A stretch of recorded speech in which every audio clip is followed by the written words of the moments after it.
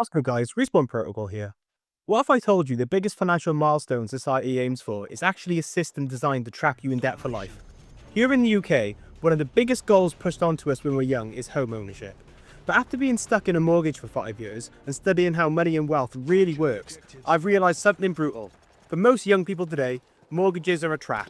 So in today's video, I'm going to break down why I believe mortgages are a scam, how renting could actually be the smarter move right now, and what I think is the better way to build real wealth in your 20s. So guys, let's get straight into it. So before we get going guys, I'm not a financial advisor. I just talk from my experience and learning studying the financial system for a good few years.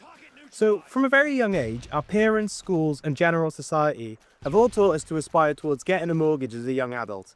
And this dynamic creates a lot of pressure for young people, and with house prices going up crazy since COVID, it now feels harder than ever to get on the property ladder.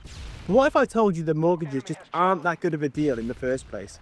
You see, when it comes to mortgages, one thing I can tell you with absolute certainty is that buying a home to live in is 100% neither an investment or an asset.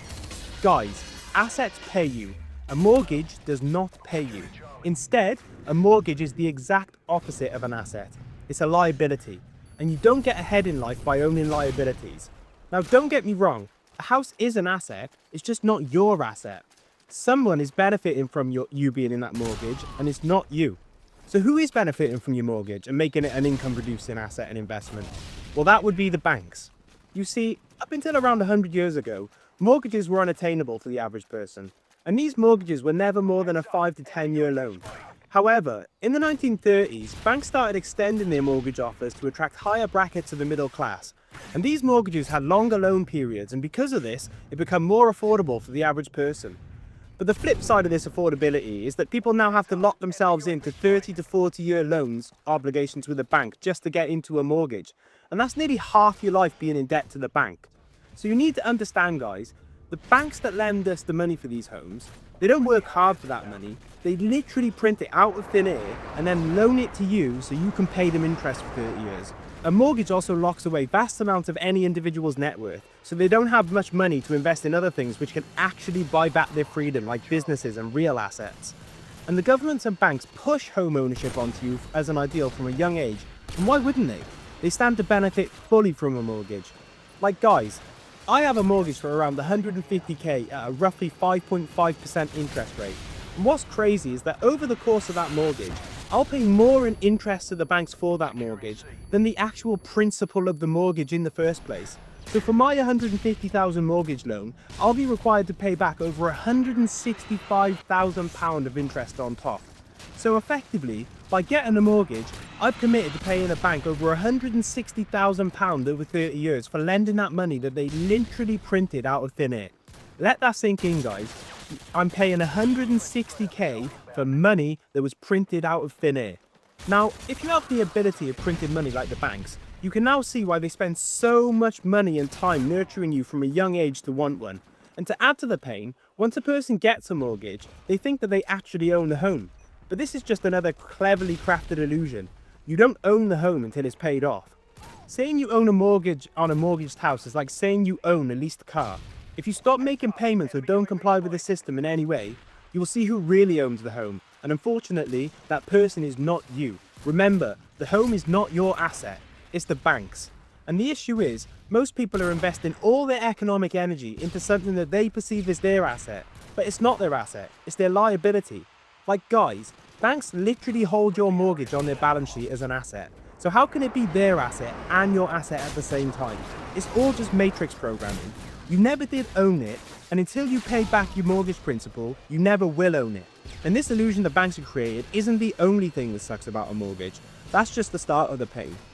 You see, unlike renting, with a mortgage, you're also responsible for maintenance, repairs, and extra bills you wouldn't have to pay if you rented.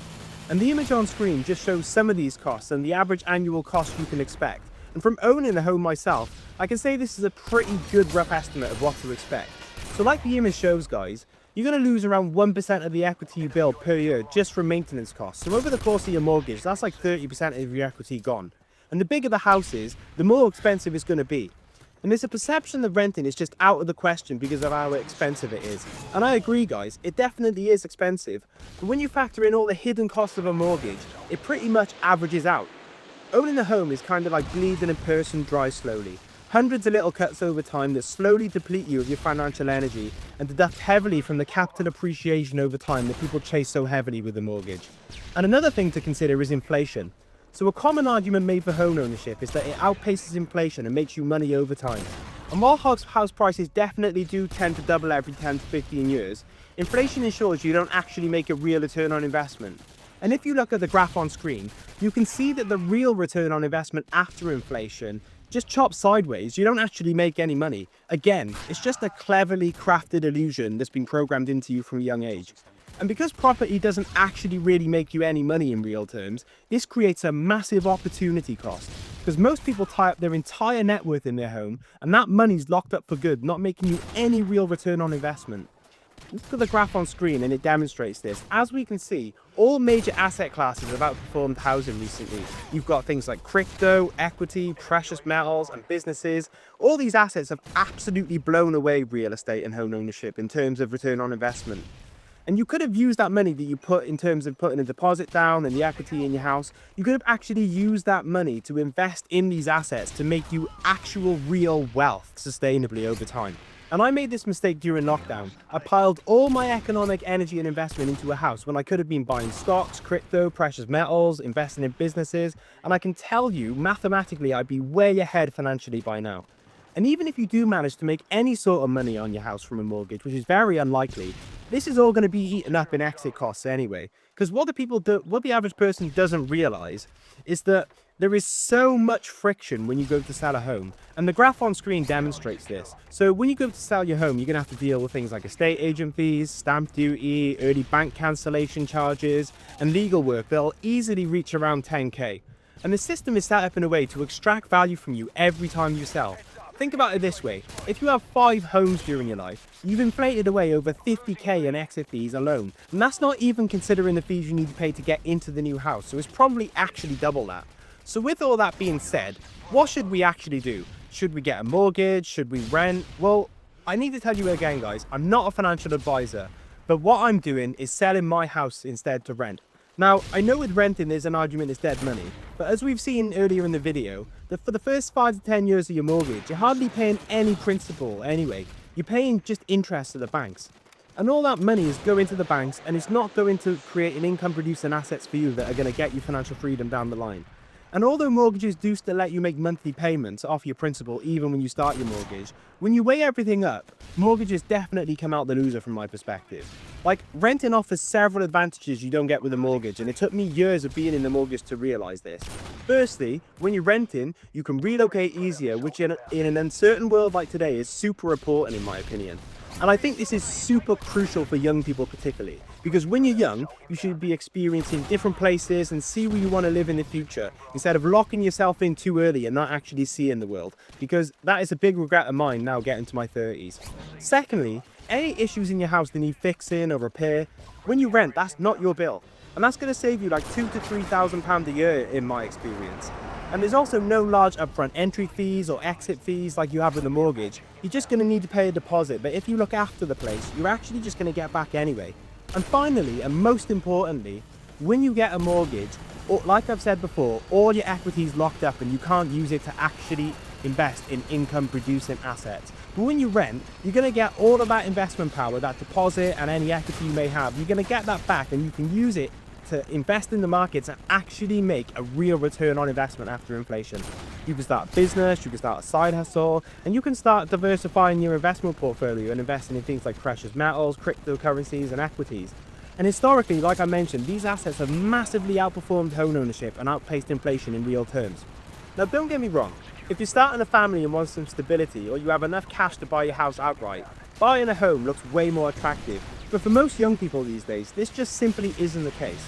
So just take all the insight as food for thought, guys, and make sure you weigh up the pros and cons of a mortgage before you start doing what society tells you to do. Because when it comes to finances, the average person is broke, and if you just follow their advice blindly without doing research yourself, there's a great likelihood that you're just going to end up broke as well. So make sure you devote a bit of time to looking at the pros and cons of renting and home ownership before you commit to a mortgage. And that's pretty much all I got to say on the video today, guys. So if you found value in the content, please engage with the video however you can, whether that's a like, comment, or subscribe. And in return, I've dropped my email in the description. So if you ever want to reach out for a general chat or you want to chat on finances, the door's always open, guys. And if you're one of those people that decided you'd rather invest your money instead of getting a mortgage, check out the pinned video on screen now that shows you exactly how I moved towards financial freedom in my 20s. The video breaks down the basics on how to maximize your income, how to minimize your expenses, and how to start investing the difference into assets that will actually buy you true freedom down the line. And if you made it this far today, guys, I super appreciate your time and I hope you have a great rest of your day. So until the next video, guys, peace out.